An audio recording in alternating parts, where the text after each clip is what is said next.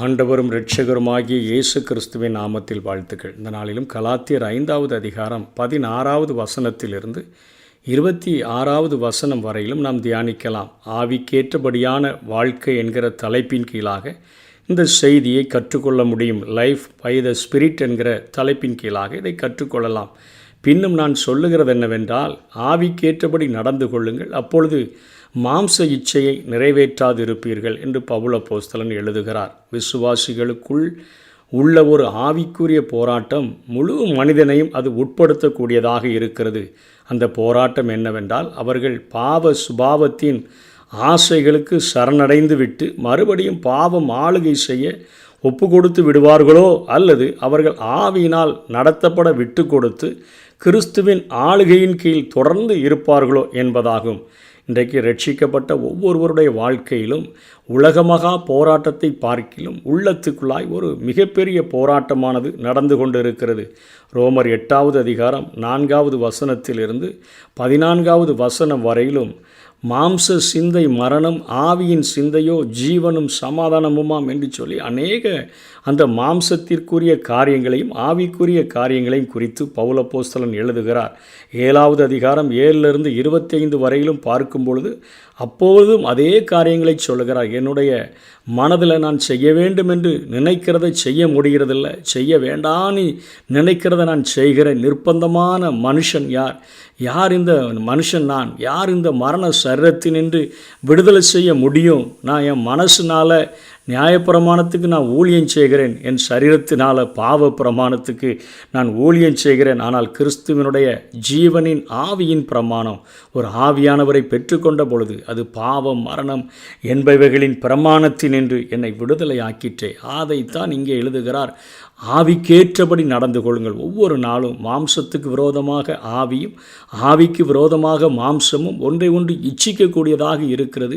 வாழ்க்கை முழுவதிலும் இந்த போராட்டம் காணப்படுகிறது. ஆகவே இதை மேற்கொள்கிறதற்கு ஆவியானவருடைய பலத்தோடு கூட ஒவ்வொரு நாளும் அதிகாலை வேளையில் தேவன் தருகிற காலைதோறும் தருகிற கிருபைகள் புதியதாக இருக்கிறது. அந்த கிருபைகளை பெற்றுக்கொண்டு உலகத்தில் நமக்கு விரோதமாய் சத்துரு எய்கிற பொல்லாங்கு நெய்கிற எல்லா அக்னியாஸ்திரங்களையும் அவிழ்த்து போட்டு ஆவியானவரின் பலத்தில் ஜெயம் எடுத்தவர்களாய் ஒவ்வொரு நாளும் வாழ்கிறதற்கு காலை நேரத்தில் தேவன் தருகிற கிருபைகளை பெற்றுக்கொண்டு அவருடைய வசனத்தை தியானித்து, நீங்கள் கேட்ட இந்த வசனத்தினாலே நீங்கள் சுத்தமாயிருக்கிறீர்கள் என்றபடி நம்முடைய சிந்தனைகளை சுத்தமாக்குகிற வசனத்தினால் நம்மை நிறைத்து தேவ பிரசனத்தினால் நம்மை உட்படுத்தி ஆவிக்கேற்றபடி நடந்து கொண்டோம் என்று சொன்னால் நிச்சயமாக வாழ்க்கை முழுவதிலும் நமக்கு நேரிடுகிற இந்த போராட்டத்தினின்று நாம் வெற்றி பெற முடியும்.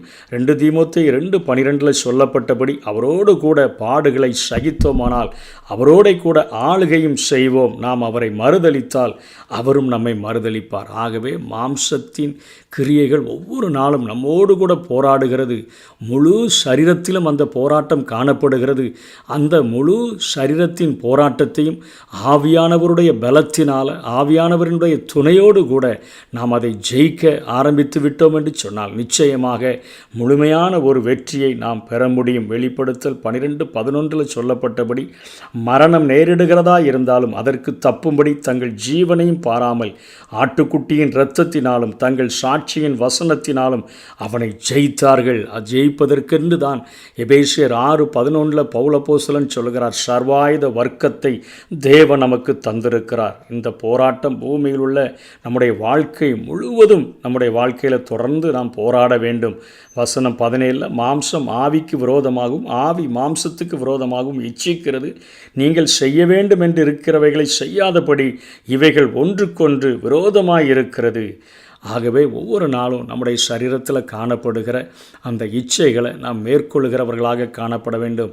ஒவ்வொரு தனிப்பட்ட மனிதனுடைய வாழ்க்கையிலும் அந்த மாம்சத்தின் இச்சைகளான அந்த காரியங்கள் எவைகள், கிரியைகள் எவைகள் என்று ஒரு பட்டியலே இங்கே பவுல் அப்போஸ்தலன் 19வது வசனத்திலிருந்து 21வது வசனம் வரையிலும் அவர் அங்கே கொடுக்கிறதை நாம் பார்க்கிறோம். அதனைத் தொடர்ந்து அங்கே 22, 23 வசனங்களிலே அவர் ஆவியின்படி நடக்கிற மனிதர்களுடைய வாழ்விலே கனியக்கூடிய அந்த கனிகளை குறித்தும் அவர் பேசுகிறார்.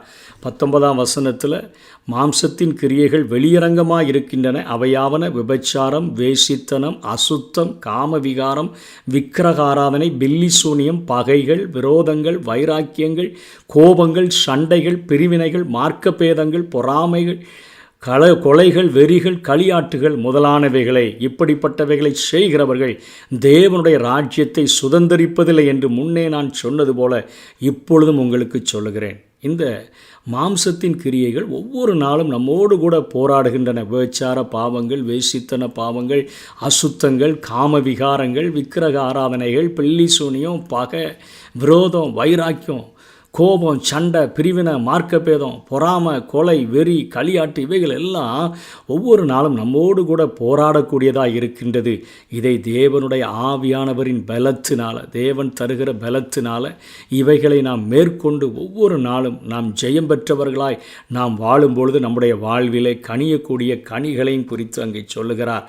ஆவியின் கனியோ அன்பு, சந்தோஷம், சமாதானம், நீடிய பொறுமை, தயவு, நற்குணம், விசுவாசம், சாந்தம், இச்சையடக்கம், இப்படிப்பட்டவைகளுக்கு விரோதமான பிரமாணம் ஒன்றுமில்லை. ஒரு ஆவியின்படி நடத்தக்கூடிய ஒரு மனிதனுடைய வாழ்விலே ஆவியின்படி தான் நடத்தப்படுகிறானா, ஆவியைக்கேற்றபடி தான் வாழ்கிறானா என்று சொன்னால் அவர்களுடைய வாழ்விலே இந்த கனிகளை நாம் பார்க்க முடியும்.